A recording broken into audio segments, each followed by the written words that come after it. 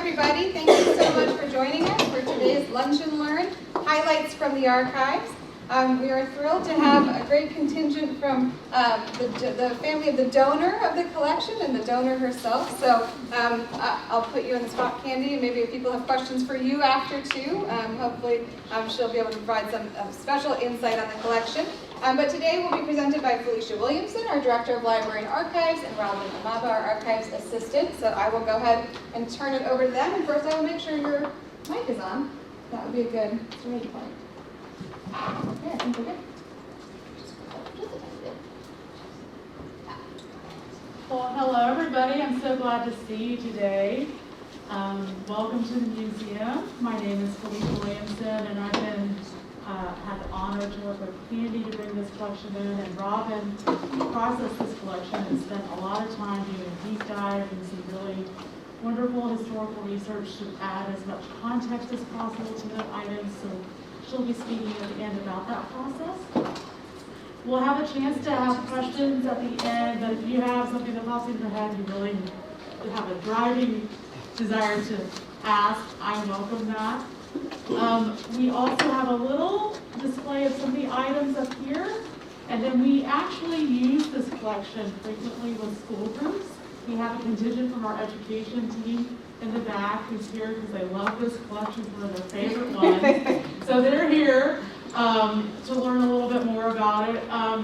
And just before we go into the presentation, one of the things that has struck me again and again about this collection is, I think a lot of us know, when we talk about female aviators in World War II, I don't think all of us have to have the context or be brought into the context of what a big deal that was. For young women, 18, 19, 20, to volunteer, to go learn how to become pilots, and to go join up to support the war effort. A lot of them did this often without the, let's put it lightly, support of their family. Often that would have been a very daring thing, a gutsy thing to do. They went and they had to pay for their own training. The Army didn't provide it. So they had to show up already as trained pilots to come and then volunteer and join. And so for me, that's such a striking thing that these young women just were so courageous to do that. And of course it was dangerous work. They were testing airplanes. They were bringing airplanes to Army Air Corpsmen. They were ferrying airplanes back and forth. Several women died in the service. And then it took a long time, way too long, to get credit as full veterans. But for our students, when we're teaching them about this, what I've realized is that students growing up today just look at women as full participants in society. They don't think it's strange that women would have been in the Air Force, because women, of course, are in the Air Force now, but they don't. It takes them a little bit to think about 1940, 1944, to get that added context of how daring and unusual it would have been for a young woman to say, you know what, we're going to go train to be a pilot. It would have been very unusual, very unique, very daring. And so that's been something we've been trying to, how do you get young people to understand how different that would have been than your average young woman? I mean, that's quite a bit different. So anyway, a little bit off my PowerPoint already, but that's not usual. Well, let's meet the young woman we're talking about. We're talking about the Women's Airforce Service Pilots program, which was something that was fought for by women, for women, to help support the World War II effort. And we're going to talk about that effort through one archival collection and through one young woman who did just that. She went, she volunteered and joined. Her name was Katherine Parker, later Katherine Parker Chatham. And here she is. I think I could go on and on and on about the photographs in this collection. They're just beautiful. We're going to get to look at quite a few of them. and I'll pass around a few of them that we have in replica form so you can look a little closer at them. They're wonderful photographs, but I mean, gosh, look at this. How awesome is that photo? I just love it. First of all, and for our young people, I'm just like, she looks so cool. I mean, come on. She looks so cool. I know that wasn't her motivation, but I don't think it would have hurt, right? And there were 1,000 women who joined this effort. So she was in a small group. And it's really unique to Texas. The training facility was in Sweetwater, Texas. If you're ever in Sweetwater, Texas, there's a small little museum there. We encourage you to go check it out. And we have a really wonderful collection here, but there's a large concentration of archival materials documenting the WASP at Texas Women's University. So we encourage you to check that out too. Okay, what was the WASP? What was the purpose of the WASP? It was formed in 1943 by combining two separate civilian pilot programs for women under the Army Air Forces. It was approved by the military, but it was actually a civilian unit, and their mission was to cover civilian non-combat missions and relieve men for combat-related missions, which is an important distinction. And eventually, as the war was, quote, winding down, it was decommissioned, which was deeply disappointing to the WASP, and we'll get to that later. I want to take a moment and really drill down and tell you more about Katherine's particular journey. She was born in 1920 in Bryan, Texas. She graduated from Stephen F. Austin High School. Fun fact, if you try to drill down on Stephen F. Austin High School, there's about a cajillion Stephen F. Austin High Schools in Texas. So that was in Bryan for her, Stephen F. Austin High School, but there's about a cajillion of them. So fun fact. She went through a couple of different paths in the late 1930s and early 1940s, studying drama and a couple of other things. But even before the WASP was an option, she was really drawn to becoming a pilot. And she went and paid for flight lessons by working at the airfield, at Coulter Field. That airfield was ran by a husband and wife team who she became close to, I think. She really looked up to them. And there's an artifact I'm going to show you which kind of blows my mind. For some reason I was really attracted to it. It's a little slip of paper with the coordinates of Coulter Field, where she wrote down the coordinates so she could find her way back there. Which I'll affectionately call myself directionally challenged. And that's in a car with GPS. I get lost. It's very stressful. I can't imagine being like, okay, I'm gonna jot down the coordinates of the field, basically, that I need to get back to in this airplane that I'm learning how to fly. That kind of blows my mind and stresses me out on her behalf. Clearly she figured it out. But anyway, when I saw that, I was like, this little note, like, here's the coordinates I need to kind of wind myself back to. Sounds great. So she learned how to fly. You had to pay for and become trained as a pilot before you showed up as a WASP to go through the more in-depth military training, which was an expensive endeavor. We found, not only in her collection, but in other archival collections of other women who became WASP, women who went to their families and said, this is so important to me, can I have the money? And we're talking $500 in 1942, which is a lot of money. We're coming out of the Depression. A lot of these are families that are farming families.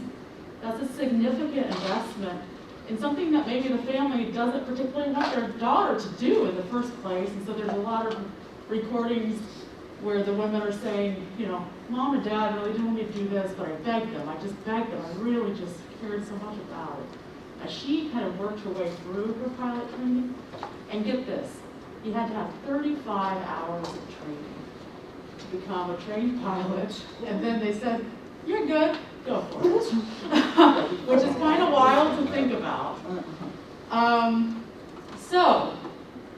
In April 1944, she is accepted into the WASP program, it was extremely competitive and prestigious to get accepted into the program. And then she was in the training at the WASP airfield in Sweetwater for about 6 months. She graduated, and then she was sent to an Air Force base in Tucson, Arizona, and she was doing flight checks for pilots and engineers. And then she was rated to do military pilot solo flying, and then quickly thereafter, the WASP pilot program was decommissioned.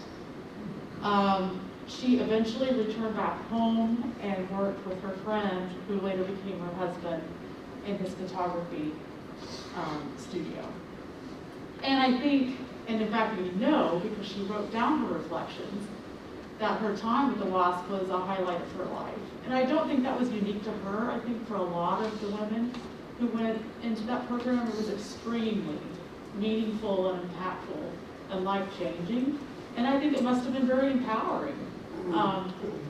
Some of them were married and had children, which actually, until I did some more research, I didn't fully realize.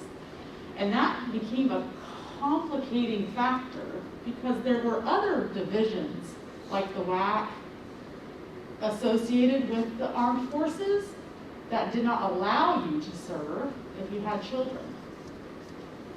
And because the WASP had allowed women to join who had young children, that became a complicating factor of continuing the program because they had quite a few women that had young children who had joined.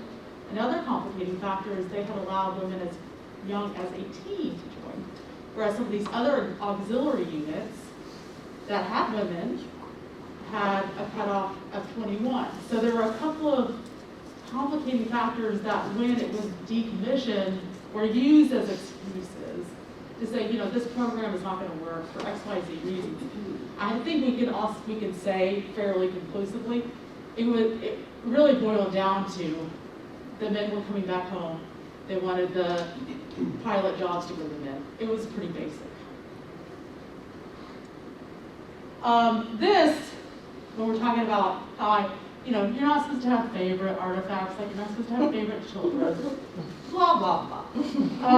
This is one of my favorite artifacts. Can anyone guess why it's one of my favorite artifacts? Well, I'll tell you.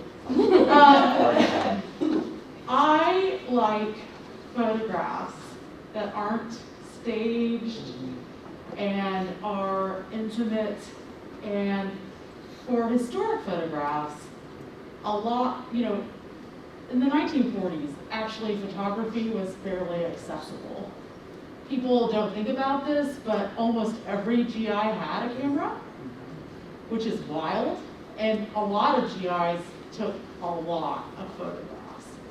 So it's actually not that rare to have photographs of some really astonishing things when you talk about the invasion in Europe and the invasion in the Pacific. There's quite a lot of photographic evidence of those efforts.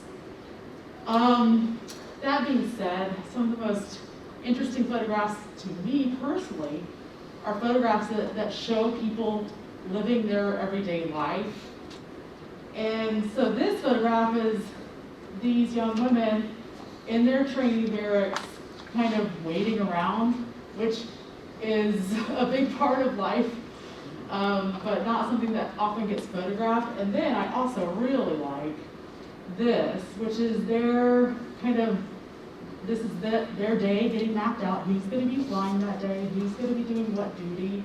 And this right here is Katherine, which I think that's a great picture. She's got her helmet on, she's languishing around, waiting with her friends. Anyway, I think it's a great picture, I love it.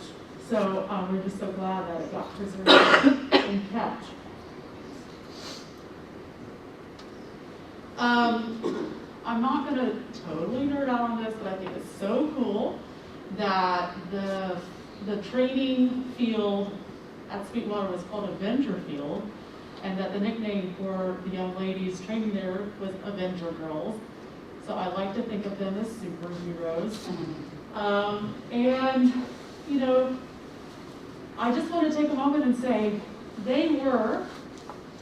This program was established really out of the efforts of another young woman who was an aviation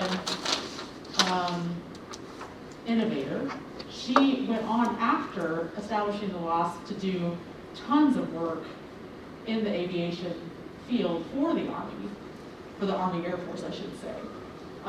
And she was the one who was fighting to keep the program going and was deeply disappointed when it didn't work. So this is a photo showing a Venture Field in Sweetwater, Texas in 1924. Katherine did us all a great favor by inscribing her photos. We sometimes get collections donated where we'll have a couple hundred photos with no detail or inscription at all, which sends just a cold icicle through our heart. Because then we can do a lot of research and try to get context clues, but when we have nice detailed inscriptions on the back, I mean, it just makes a world of difference, because here we are 80 years later, and we have a good amount of information about what she's looking at, what she's describing. And so here we see Flight 2 leaving Hangar 3, and then we know that Willie Miller is the instructor who's marching them out. Now, it's a little washed out, but it still gives you an idea of how many young ladies are being marched and where they're going, what they're up to that day. She mentions in her photographs A.O.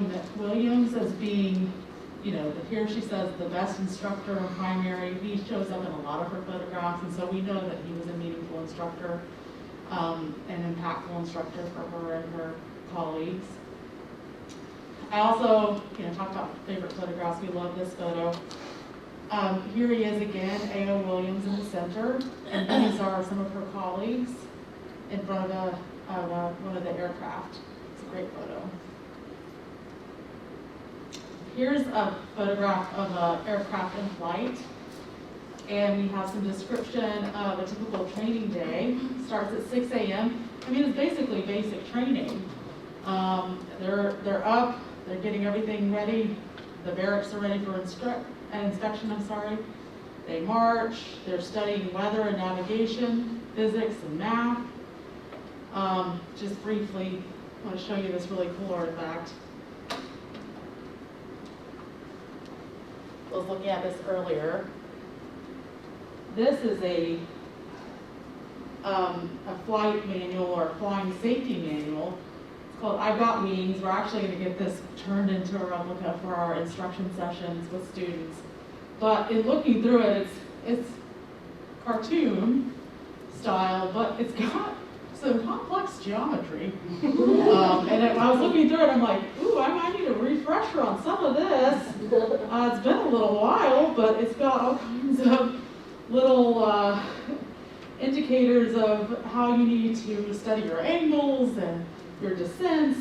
And it makes tons of sense. Of course, you would need to be able to do that kind of geometric figuring on the fly, because they had to do navigation computations in the air, in their head, and sometimes writing it out to figure out if they needed to make a landing. They had to do it actually on the fly, which makes my head hurt. And I know that I'm qualified to be an archivist and not a pilot. I know I made some good choices.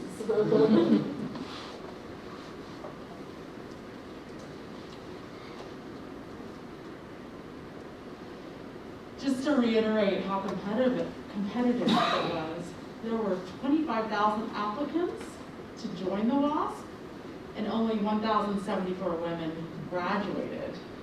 So about almost 2,000 got in, and then of those, a little over 1,000 graduated the program. So it was extremely competitive to get into the program, and then obviously very challenging to make it all the way through. The mission, again, was a non-combat based mission. They ferried planes back and forth from factories to bases. They towed targets for gunning practice. They tested aircraft. And they flew everything from B-17s to P-51s. And then and this I think is fascinating, they even worked as instructors for male pilots. And when you think about, gender politics in the 1940s, that must have been interesting. And then I read an account from a Army Air Force general who, when they were debating whether to keep the WASP program or not, said, I have to say, I didn't think, and he used some condescending language, that these little wisp of little ladies would be able to handle B-17s, which, to his credit, were difficult to handle. They had really difficult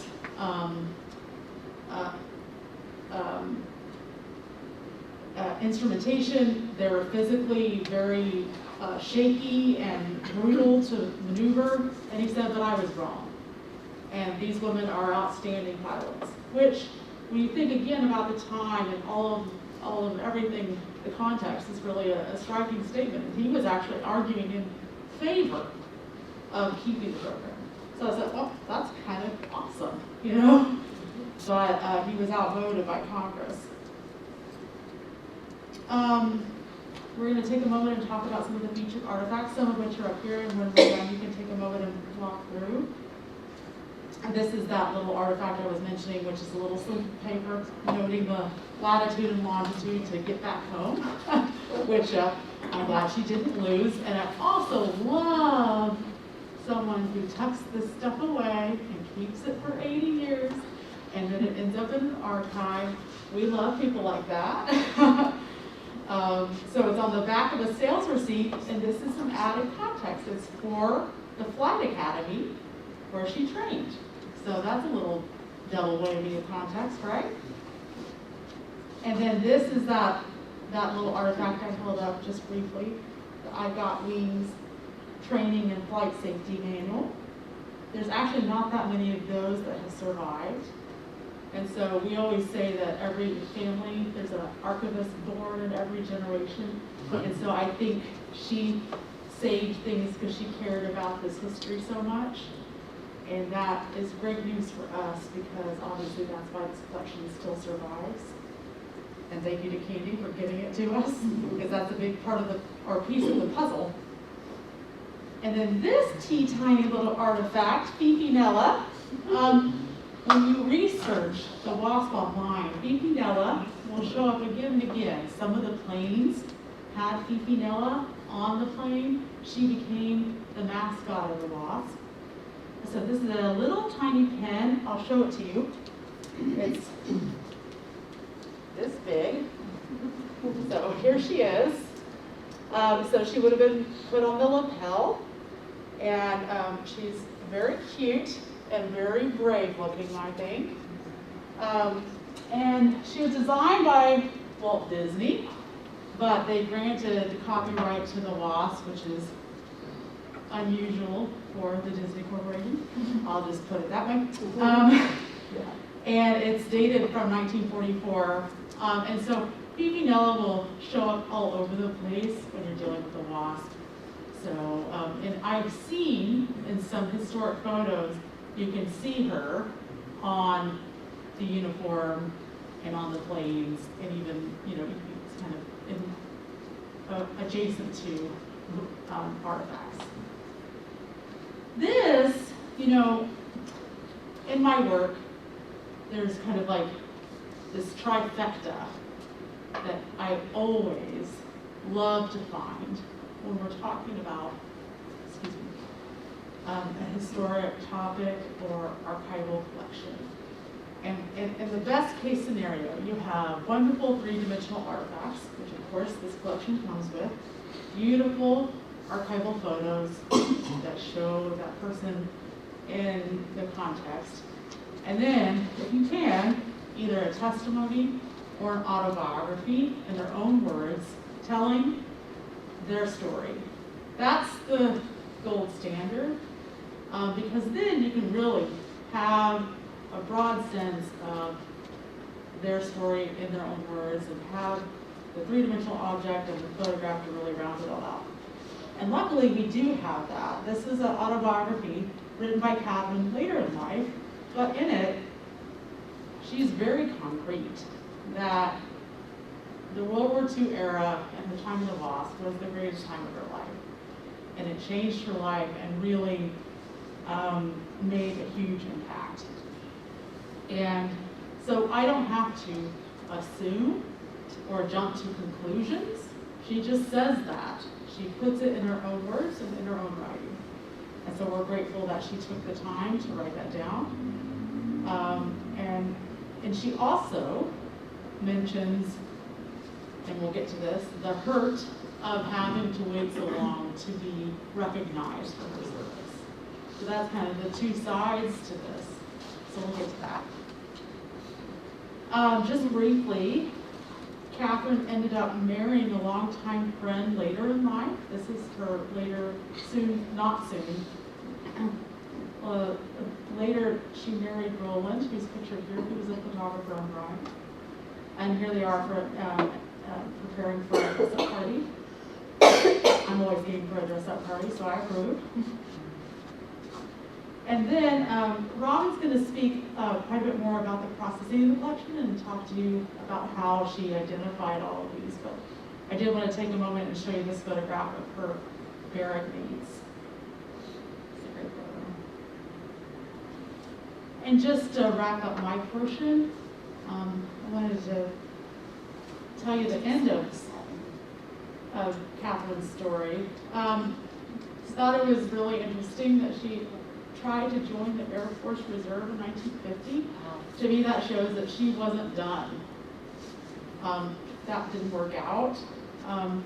In 1977, the GI Bill signed by Jimmy Carter gave WASP veteran status, finally. Now, that's a long time to wait. 1987, Roland died. And then in 2010, she was finally presented with a Congressional Medal of Honor for her service. And then I do have a photo, or in a newspaper, of her receiving that medal. And just a moment to talk about the disbandment of the WASP. The WASP was disbanded in December of 1944. You know, they claimed it was because there were enough male pilots and there was no need to have women serving in this way. There were 38 women who lost their lives during their service. This is particularly galling in my opinion, but because this division was a civilian division, if they died, the family had to pay to get the remains home. And there's some really touching stories of the young women themselves pitching in to pay to get the remains home. And so, you know, imagine that one of your colleagues has died in a way that you maybe even saw or can very easily imagine happening to you, and then you pitch in what little money you have to get the remains home, because you know how impactful that is. And then, because they weren't considered to be full members of the armed forces, they weren't allowed to have a military burial with a flag, etc. So there are some newspaper articles where the family decided to go against that and used a flag that they used and buried the family member with a flag anyway. And so, you know, that's really tough stuff to imagine. Eventually, like I noted, they were given veterans status in 1977, and then they received the gold medal in 2009. And this photo shows Candy helping a pilot. So Katherine asked the pilot to present her with that medal, which I think is really sweet, in 2010. Okay, let's talk about how a collection gets processed like this. So that's Robin.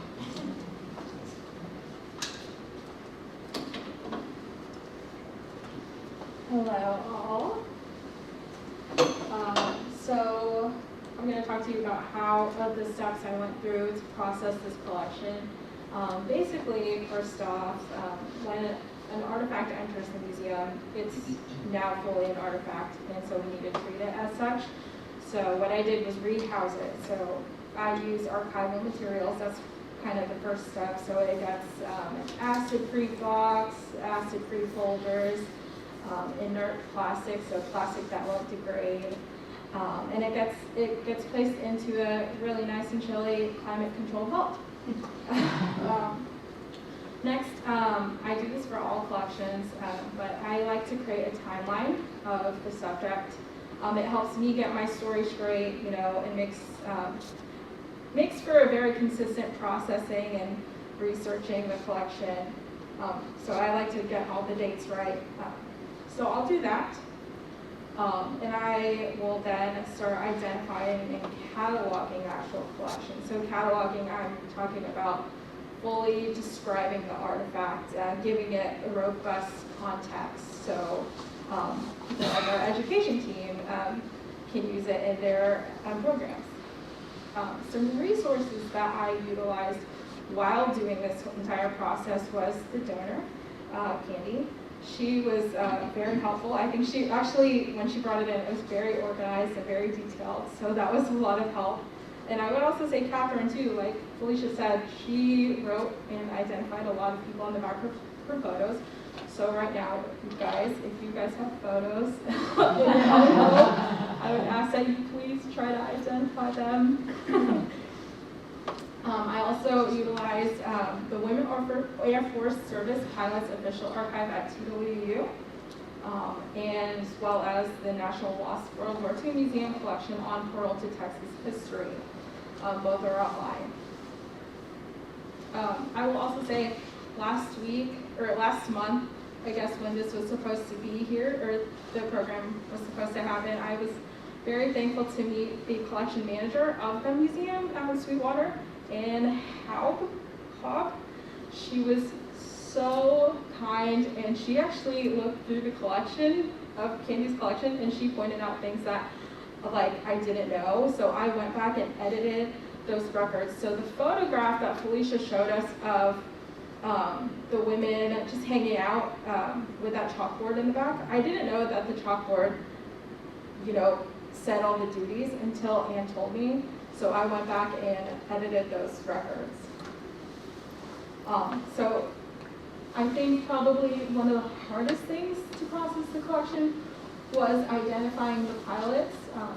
A lot of the pilots got married later, so they had different last names than what was written on the back. So I used the photo, using other labeled photos by Katherine, and I learned that baymates were actually assigned alphabetically by their surname, which I had no idea, and using digitized documents from other archives. You go back to that. Yeah. I gotta interject. Mm-hmm. Let's talk about wearing that getup in July in Texas. Wasn't that also men's? Yeah. They use as well? Oh my goodness, because that's sheepskin lined, right? Yeah. Okay, yeah, just a little pause button on that. And then those boots are, we have a pair of those boots from a male navigator, and they are intense. They're super heavy and they're lined. They're meant to withstand high altitudes. But I just can't quite imagine lumbering around right now outside. But anyway, continue. But here's a screenshot of the archive on TWU. They had digitized it. I guess they had a class book or like a yearbook. So that really helped a lot. And you can see there's Katherine there and her baymates. So some fun terminology that I learned while cataloging this collection is washed out. I know that didn't, I guess with context clues it made sense that it meant dropping out or failing out of the program, but that's not really a term that we would use today in terms of school. But you see right here, she writes, not one of our original baymates washed out. This term is also used in oral histories that I read as well. Also, the word baymates, I guess it meant roommates. So that was pretty interesting. Also, The class name, 44W9, so that is the year of entry, W, the designation, and the 9th class of that year. Katherine is actually the second to last class before the WASPs, I guess, they ended the program. So the last class was 44W10.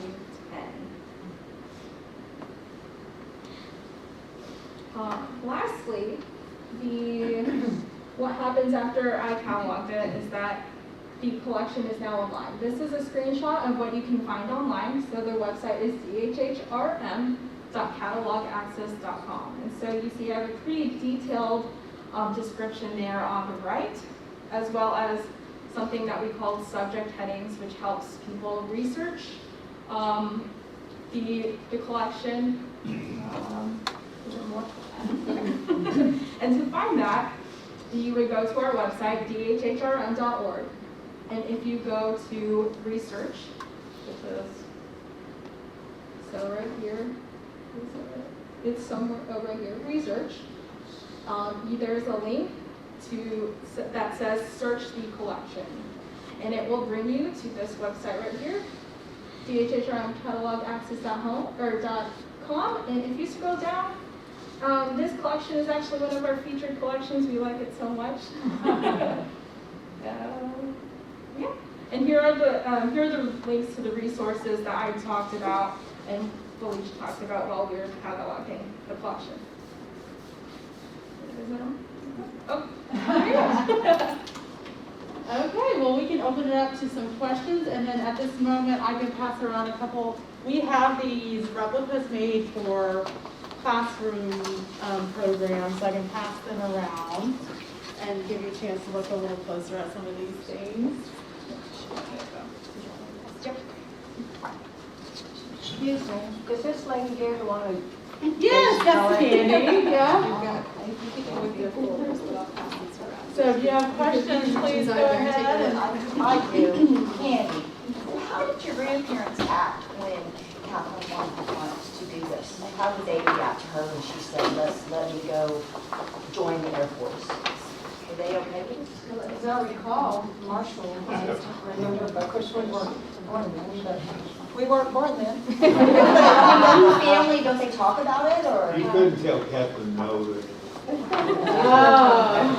I mean, they didn't talk about, like, they I don't think didn't, they they had didn't a say problem no, with it. or No, I nothing think like that? they were proud that she wanted to go. And it's very much who she was, of course. Yes, no surprise. Probably no surprise. I think you can tell, looking at the documents and the photos, that she was a very strong-willed person. You could just tell. I don't know what it was, but I I think met you her when could. she was 97, yes, she was.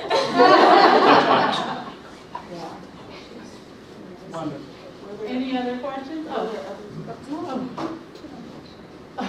Let's start, well, why don't you ask your question real quick, and then I'll go to that row, and I'll make it all the way down the road. So were there other siblings, and what did the siblings do? My father was her brother, older brother, and then there was Katherine, my Aunt Kaka, and then there was Marshall's father, John. And they were just a couple of, two years apart, 6 years, no more than 6 years apart. But it's really interesting because Aunt Kaka and my Uncle John, Marshall's father, had this wonderful relationship of constantly messing with each other, having the best time, talking and teasing each other, even, late in life, because Uncle John lived, how long did he live, Marshall? When did he die? 88. How? 88. 88, and Katherine was 90, almost 96 when she died. But what's funny about it is they'd talk on the phone, and they'd just kind of be a little bit, they'd be fun and sarcastic with each other. And Marshall and I kind of have that going on now. I don't know how that happened, but we love it. Like this morning when I called, I said, are y'all on your way? Because he and Brenda live in Hitchcock down by Galveston. And he said, yeah. And he said, when I get there, I want you to write me a check. I said, well, how much? He said, I want everything you've got. And I said, I'll give you half. I haven't got the check. And I I'd like to say something about her husband. I would like Roland for you, Kinchin yeah. Chatham Yeah. won the Bronze Star. He was a cinematographer during World War II, and he was assigned to the same group as, what's Rooney's first name, from 60 Minutes, huh? Mickey.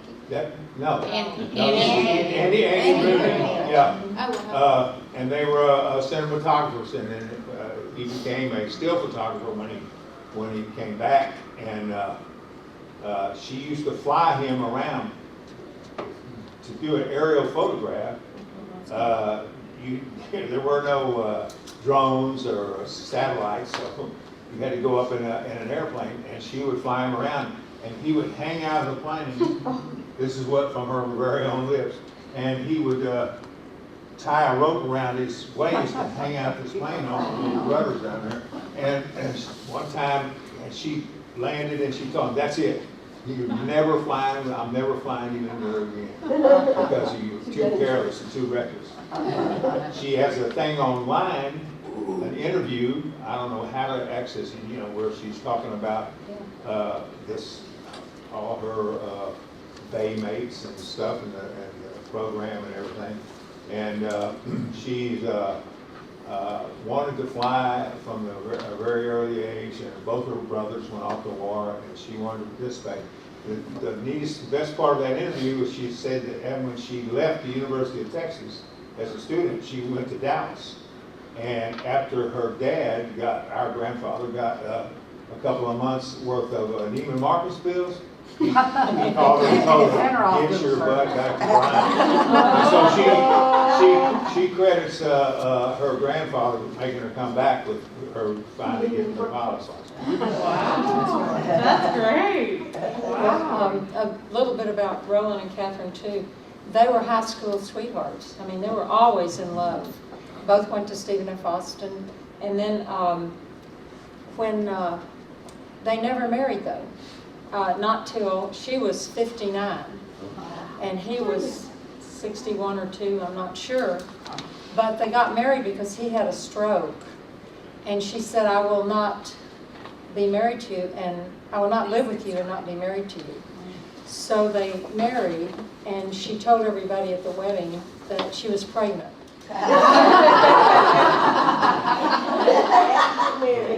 And that's why they got married. And he lived another 10 years or so, I can't quite remember, they had the years up there, but he was bedridden quite a bit of that, but he also could finally get up with a cane and everything. They had a wonderful, wonderful life together. They had a lot of, always, their whole life was fun. And why they didn't marry before that, I don't know. Do you have any idea, Marshall? I mean, You don't? I think it was more a Roland's decision. I don't know. Oh, just like a man. Exactly. I mean, he finally relented to the idea of a marriage because he needed her. He was in a wheelchair. Yeah. He had an electric wheelchair, and he an apartment out on 29th Street in Bryan, and there was no wedge mold or trim on any of the doors because of him ramming into knocking the trim off all the doors in that apartment. And she he wouldn't have been able to live without some kind of assistance, somebody. Sure. Yeah. And my daddy was a medic in World War II. He was in, he went west to the Pacific, and your uncle, My dad was Air Force, and he was taken out of A&M his sophomore year, and was given everybody at A&M back in those days had to be in the ROTC, had to be a member of the Corps. Yeah. And so and women were not allowed at A&M. And Candy's mom is the one who was on the lawsuit, the original lawsuit to make Texas A&M admit women. And my dad never has forgiven her for that. Yeah, my mother's a whole other story. Okay, let's start with you, and then we'll move down the line. What's your question? Thank you. It was such a good presentation. Oh, Thank you. Thank you for being here. I've been to the museum in Sweetwater. I've spent hours and hours there. It was just a delight. So a couple questions. It's wonderful. Makes me want to go back. A couple questions. One about the 38 women pilots who died. When, in 1977, veteran benefits were permitted, did their families, were their families able to receive any veteran Oh, benefits? death benefit. Death benefits. I don't know the answer to that, do you? I don't don't know. I don't think they do. You don't think so? Probably not. No, probably not. Okay. Yeah. The other thing is Fifi Nella. Uh-huh. She is a sweetheart. So, and I'm not surprised Disney did that. They were very proactive during the war. Disney was, the Walt Disney crew did amazing things during the war. Is that trademarked by Disney or is it trademarked by the museum? Do we know? It's Oh, sold on a who t-shirt. has the trademark now? Yeah. I don't know the answer to that. I bet someone has I it. think Disney has this. but I think bet they do. I think they allow the WASPs Yeah. to They use allow them. them to use them. Yeah, I think you're probably right. And then the last question, Baymaids. How many women were in a class, so to speak? Oh, each class? In a class, I'm not sure. And there were But bay how mates. many, it's like about 6 people in a bay? And interestingly enough, the names were listed, you know, when it showed all the baymates. I went with her to, I think about 6 or 8 of the WASP reunions over the years, Seattle and South Carolina, and those were her best friends who all would come to that reunion, and that's who she would party with till 8 at night, and I would party till 1 or 2 in the morning. But we had a wonderful time at those reunions, but those were her best friends that were there, the baymates. Awesome. I'll go back to Sweetwater. That's great. Thank you. What about you? Yeah, first of all, I just want to say that I'm not surprised that the family was supportive because they're from Bryan, Texas. Oh, got some, well, there is some independence of spirit, I will say that, yeah. So my question is this. A friend of mine always said that his mother, who was in the WACs, not the WASP, was told during World War II that she had to learn to smoke so she wouldn't fall asleep. Oh. I've never been able to confirm that. That's That's just what she told him about her habit. Did you ever hear anything like that, Candy? No, but Katherine did smoke. Everybody smoked that. And of course, everybody smoked, yeah. She did quit later. Both but of them no, quit. never heard- I did not hear anything about I it. wouldn't, you know Okay. what I'll say? I wouldn't be super shocked, but I doubt you'll find any evidence of it. Yeah, because there was a lot of, how should we say this? Funny business with substances. Sure. Yeah, that happened, for sure. Yeah. And I don't think they would have considered cigarettes to be a substance either. Yeah. No. So, just start there, but yeah. Yeah, thank you. Yeah. Well, what about Like your maroon shirt. Catch the shoes later. So you have a piece of history here. Her mother was a WASP. Oh, cool. What was her name? Faith Buckner Richards. Okay. She was, I hesitate because she was known as Bucky. Oh, So you say the cool. name Bucky to WASP archives, the museum, And whatever, they know exactly who it is. Oh, That's me. cool. She was a piece of work. Her story was really cool because she was studying the cello at Oberlin College. Oh, What? And she left Oberlin to go to, Sweetwater. no. No, to Morningside. Morningside College because she could fly, she could learn to fly at Morningside. She left she left Oberlin to go Good to Sioux grief. City, Iowa. And what were her parents thinking? Well, her mother was, my grandmother was professor at Morningside. And they were living in Chicago at the time the war was going on. But my mom's, Bucky went to Morningside. And then when the WASP, that's where she learned to fly. And then when the WASP happened and she went down there, she actually received her college diploma on the tarmac. Oh, how cool is that? Aw, That's so cool. What class was she? 16 different kinds What of. class was she? 43-4. Okay, so she's a little early. Yeah. Early. 16 different kinds of aircraft. Oh, And cool. later, she was the 74th woman in the free world to receive a helicopter rating. wow. Do you guys just What a feel history. like your own internal coolness decreasing in comparison to how cool these ladies are? Like, how cool is that? That's awesome. Did she keep flying? With helicopter, and at the age of 74, she got her glider rating. Sure. Why And we not? I owned a mean, balloon. And, you gotta keep those thrills going, you know? yeah. Wow, that is so Great cool. story. Yeah. Anybody else? Anybody else have a relative who's a pilot? Any other questions? I think we're getting ready to wrap up. But anybody else have any questions or comments? Can I just say something? Oh, First, absolutely. Please. I just want to sincerely thank you, Oh. both of you.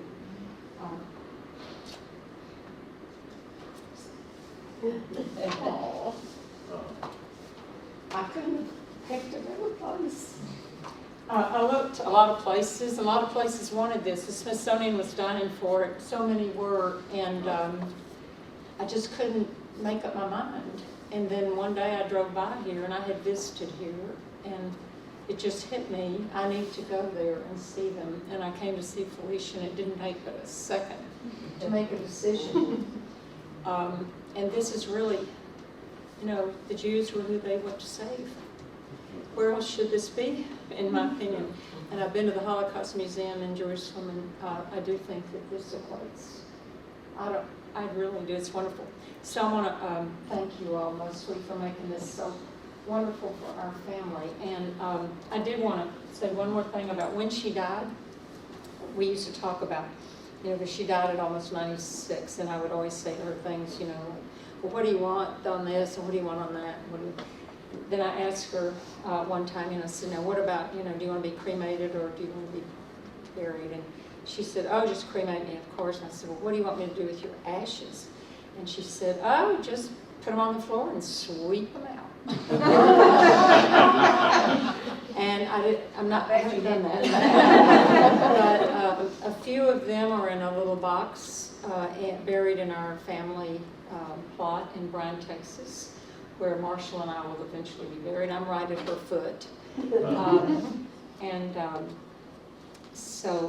next year, on Memorial Day, I'm going to have the rest of her ashes over Avenger Field, flown over. And so I think that'd be better than sweeping her. And just one last thing, if you don't mind, just to talk about Katherine. My son gave her eulogy at her service, and the same woman who presented her that medal came and spoke at her service when she passed, and it was full of people she taught Sunday school to and people who loved her always. He's from Bryan, I'm from Bryan. Well, you were a lot of a Bryan person too, so. I was born in Bryan. You were born and raised in St. Joseph Hospital. Bryan is the greatest place in the world to be raised. Special place. It's fabulous, yeah. And many of these people were at her service, but my son gave a eulogy and it was precious. He talks about her wearing a pink baseball cap to church and all this stuff, but at the very end, because my parents died before my son was born, so he wrote this at the end. He said, but if there's anything I've learned from my mother and my relationship with Aunt Kakai over the years, it's that when you lose your parents or grandparents far too early, if you're fortunate, God will give you a wonderful, hilarious, gorgeous, great Aunt Catherine. So that's from his eulogy, and I just cannot, it's just the right place. And thank you for that from our whole family. Oh, Thank you well, so it's much. been our Oh, by the way, pleasure. there were 5 nieces and nephews, and I was her favorite. She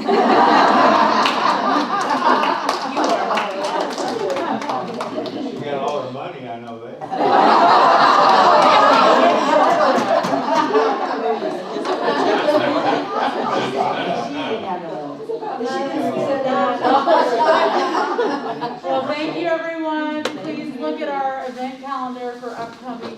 like this, we have another lunch and learn on September 1st featuring a Liberator collection.